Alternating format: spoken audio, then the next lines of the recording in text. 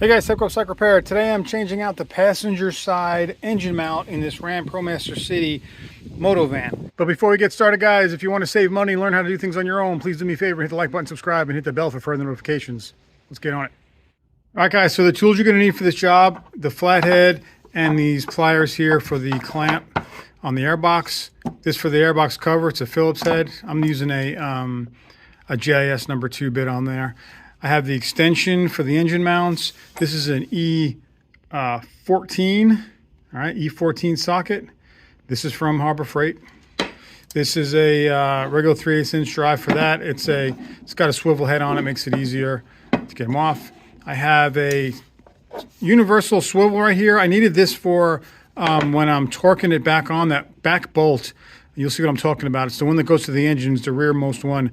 I couldn't get a good grab on it with the socket and the swivel. This is a swivel extension, by the way. It's got a small swivel in the end. I didn't feel comfortable with that, so I put this on. I just needed a little bit more to torque it on, and you'll need a torque wrench here. And that's all you need. So you can see the mount right down there. Those three, I think they're E-Torques or something. I forgot what they're called, but those three there. And then this is clearly cracked right inside there. And you know, these engines shake like crazy at idle, so this is going to be part of the problem. So we got to get this airbox out of the way. Airbox line right here. We're just going to move this whole piece out of the way so we can get to it. And it's pretty straightforward, this one. Now when I do the driver's side is down there.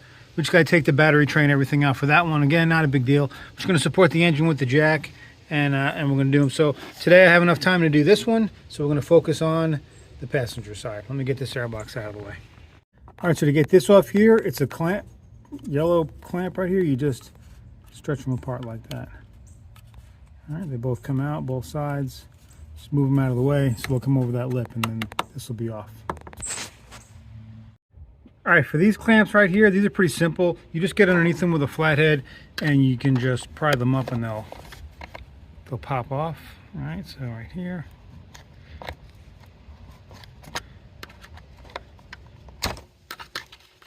Trying to do this with my left hand.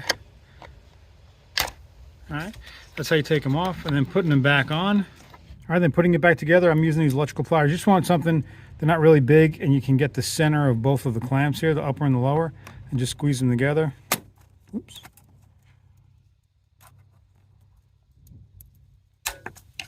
And that's it. All right, so with the clamp out of the way, go ahead and take all your screws off for your airbox cover. All right, so getting the airbox off, there's a little plastic clip right here that goes onto a tab right here, right out of view right there. I'll pull the box out of the way.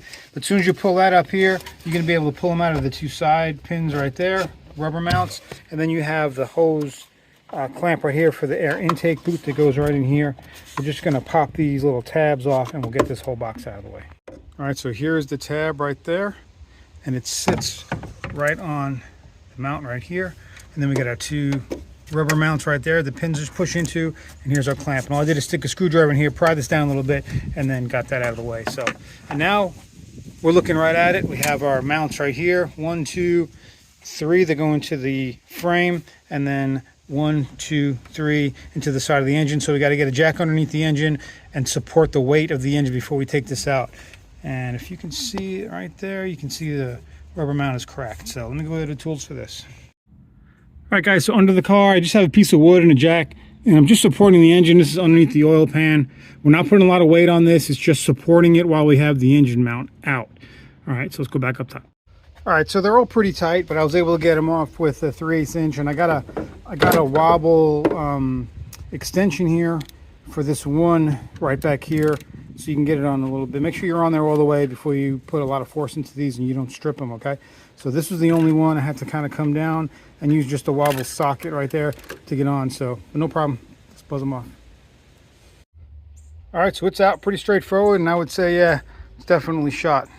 All right, so let me show you which mount I'm using. I'm using the, this is for a Jeep Renegade. I'll put a link in the description for it. It's a little bit different, okay, if you look at them. But these are they're stupid expensive. And these you can buy the whole kit for relatively cheap. So we're going to drop this one in. The only difference here is this mount, but there's a rubber tab on the bottom of the airbox. It should go into this, but I'll check on that when I put it in. But let's get this one mounted up. All right, so I got these 3 in first. And if you're trying to line these up and they're not lining up, if you're on the jack, just grab the engine and you can just move it around. All right, just move it the way you need to move it. And these will line up as you're putting them in. There's no problem. All right, let me get these all the way in and torqued up. Now, as far as torque and foot-pounds, the best I can find is 59 foot-pounds to the engine and 35 to the frame. All right, so 59 for these and 35 for these. That's what I'm doing. All right, so we're all torqued up. Make sure you set your torque wrenches back to 0. Just a side note when you're done. All right, so back to the differences on this mount on the airbox. We have this tab is for the original one, and the aftermarket one has that. But if you look at the bottom of the airbox has this as well, this rubber mount, same thing. So this is how it mounts onto the factory one. I'm going to take this off and use this stud right here, and this should pop right into that one and be just fine. All right, so all these studs that are going into the rubber bushings, I'm going to use this super lube. This just helps slide everything together. I'm going to use some on there, and then these two, and they should go together fairly easy. I'm also going to put some right inside of here. All right, so everything went in good. These two on the side, this one went in on the bottom, if you can see that in there. Okay, right there, you can see it's in there. I feel like it's a little bit further back, but everything's in here, it's just fine. So I'm gonna go ahead and put the rest of the airbox on, this clip like I showed you guys before, and we should be good to go.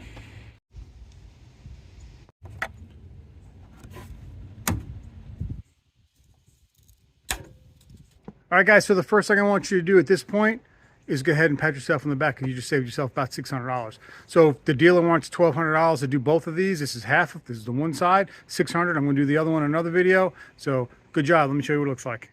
All right, so roll back together again.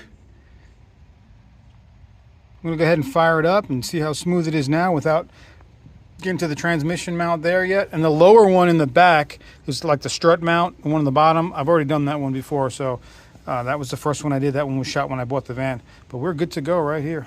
All right, guys, so you see I got 180,000 on this van. I don't think these have ever been changed. This thing shook like crazy in drive. Oh man, that's way smoother. Wow. Okay, so right now I'm in drive, and this thing is like normal. It's not shaking at all. It used to shake like crazy. If you guys got these vans, your van's shaking in neutral. I mean, in drive when you come to a stop. Yeah, you know what I'm talking about. This thing's looking good, man. Look at the hood. It's not even moving up there. Yeah, all right. All right, so how long did this take? So I'm filming it, and it took me about probably just under an hour while I'm filming everything. This is a 45-minute job. If you put your head down, probably do it in 30 minutes. It's a pretty simple job to do that passenger side. Engine mount, pretty straightforward job. So we got to do the other side now. So anyway, guys, hopefully you like this video and this helps you out, save some money. Please hit the like button, subscribe, hit the bell for further notification. Until next time, it's Tepcocyclerepair.